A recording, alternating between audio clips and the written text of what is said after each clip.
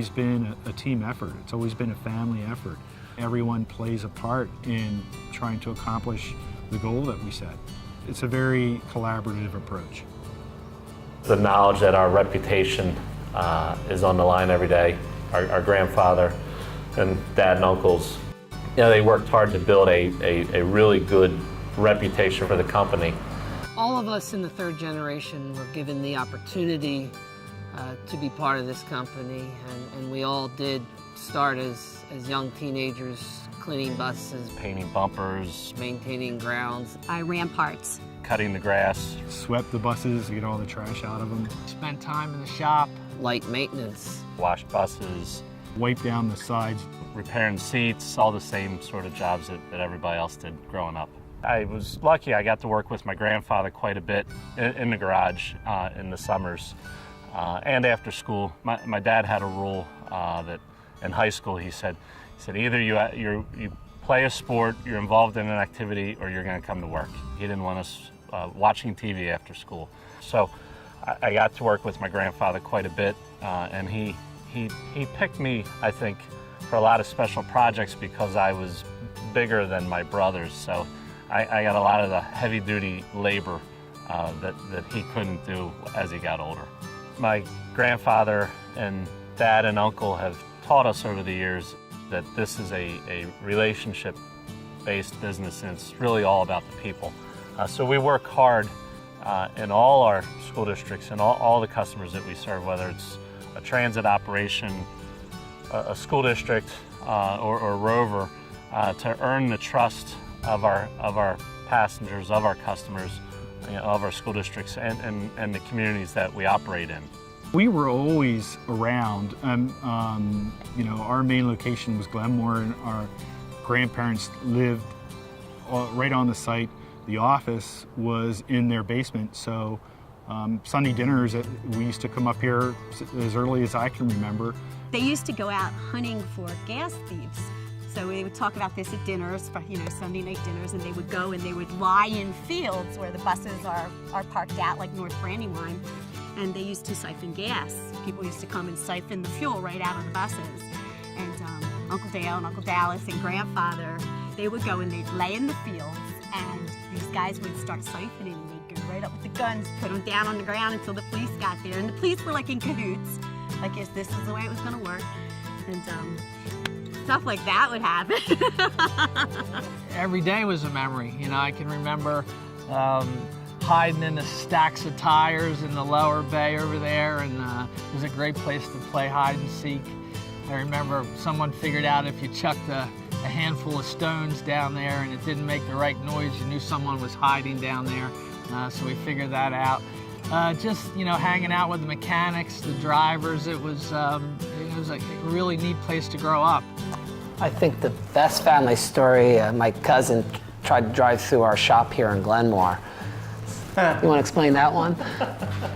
Oh boy, we had just built the new lower 4-bay shop, so we had just extended the garage, and I had pulled the fuel truck into the bay, and of course, grandfather had to have everything painted in the bay. So I was standing on top of the fuel truck using that as a ladder, and I was painting the airlines on the ceiling. And our fuel truck driver came in at like 4 o'clock in the afternoon, and this guy's name was Swifty, and he was kind of hard to understand, and he wanted his fuel truck because I was using the fuel truck as a ladder. And so I was like, Swifty, no problem, let me get down. I jumped in the fuel truck and I backed straight up, and I knocked down a whole wall and a door that were so new they weren't even painted yet. And I remember looking out the windshield of the fuel truck, and my grandfather's standing there, and I'm gonna get emotional. He's standing there, and all he does is he's got his hands on his hips and he's just shaking his head. It is very rewarding working in a family business because ultimately we're all working towards the same goal. We all believe in the same values.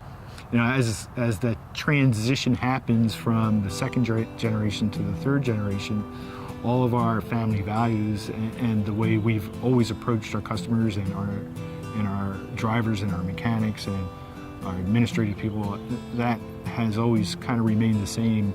You know, back in the day, grandfather taught everyone how he wanted them to work on a school bus.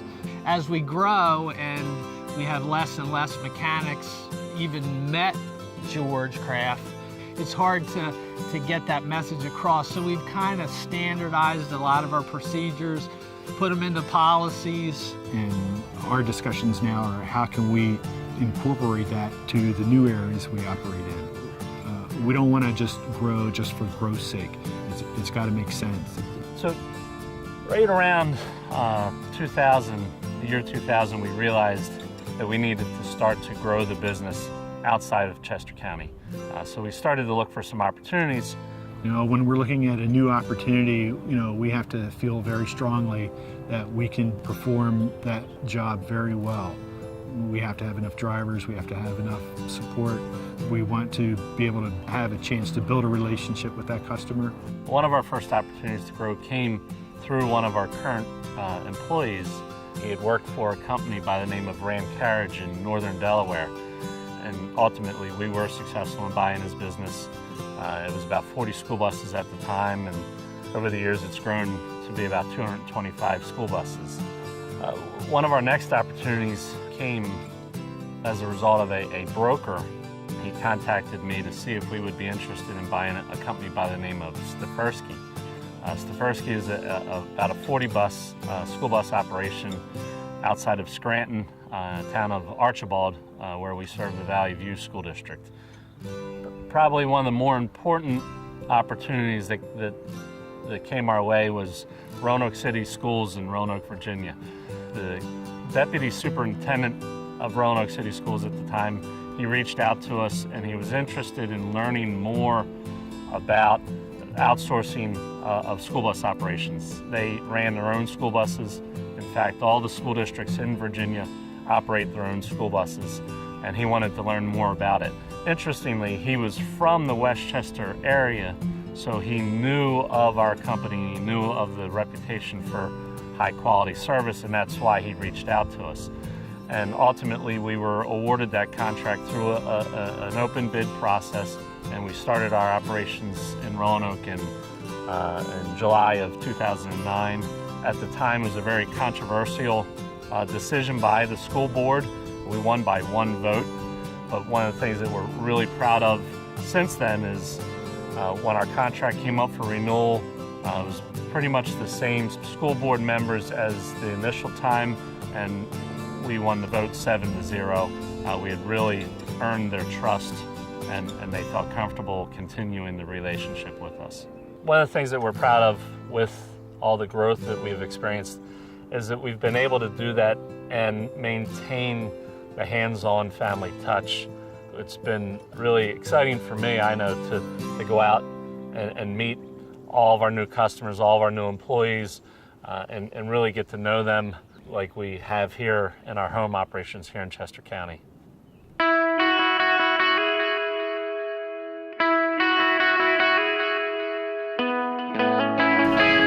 Here we are today in 2015, and we're running the Philadelphia Flash and the Philadelphia Navy Yard. For the Philadelphia Flash, which has been around for years, the city of Philadelphia recognized that to continue its operation, they had to raise the bar. And they reached out to us and a few other companies, and we provided them options that weren't provided them before. And we're the first people to have the American-made middies. We have Wi-Fi, we have GPS with applications for cellular people to see where the buses are going to be at the next stops.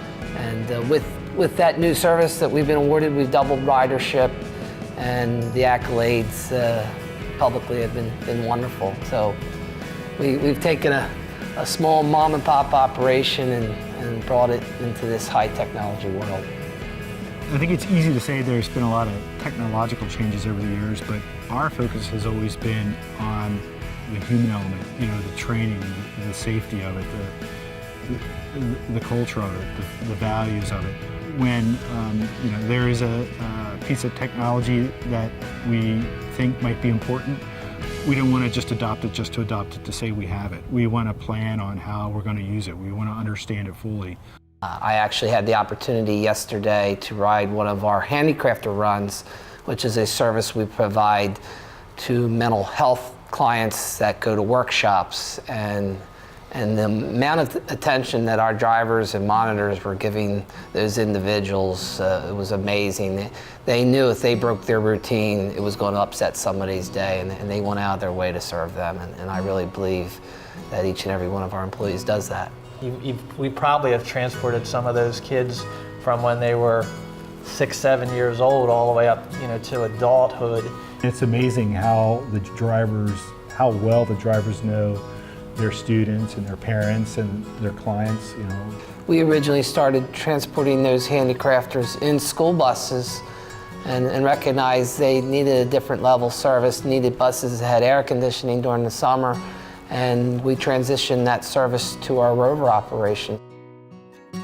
Embedded within the name Rover Community Transportation is the word community, and we do feel that it is part of the full community within the county. So we try to serve the public equally throughout, and it's a very necessary service to a population that needs an opportunity to get out and see a doctor, go shopping, and get the prescriptions that they need. As Rover grew in the 80s, it really grew under the leadership of Brent Cummins, and then really for a much longer period of time under his sister, Allison Bryant. She remained there until we moved into our first corporate office in Exton, and ultimately taught me that side of the business. So helping to get Rover started right out of college, you might think was a challenge, and it was not always easy, but it was fun. I pretty much had free reign, so I could do what I wanted to do, build my own relationships, get to know my people. And we started small, so it came around. Family values have always been primary to the Krapf organization because, well, first and foremost, we are a family, and you want to do what's right for your family, and that extends to your people. So when they call in and there is an emergency issue or a family issue, you have to be compassionate with that, and it should extend to them as well. So we try to live the values all the way through all of our employees. Operations excellence is pretty much 4 pillars of excellence: focus on customers, focus on service, focus on the employee, and focus on the financials. So you focus on these 4 pillars, and your results should just come around as a result of those focuses. From our end of the deal, one of my main focuses, of course, is on the customer and the employee. So what I try to do in the organization is make sure our customer is happy and make sure our employee is happy, and that we're treating them all similarly, all fairly, and all with the same respect that they deserve. Everything always comes down to the drivers. I mean, they are out on the road every day. They are interacting with the parents, the students, the schools every single day. The drivers, make this company happen. As the people in the shop, the mechanics, make this company happen day in, day out. The folks in the office, dispatch, the transportation supervisors, they're on the front lines every single day. The commitment of our employees is incredible. We just would not be here today if it weren't for, first and foremost, our drivers. And they're not just bus drivers. They have incredible backgrounds in their own lives. And I just can't thank them enough.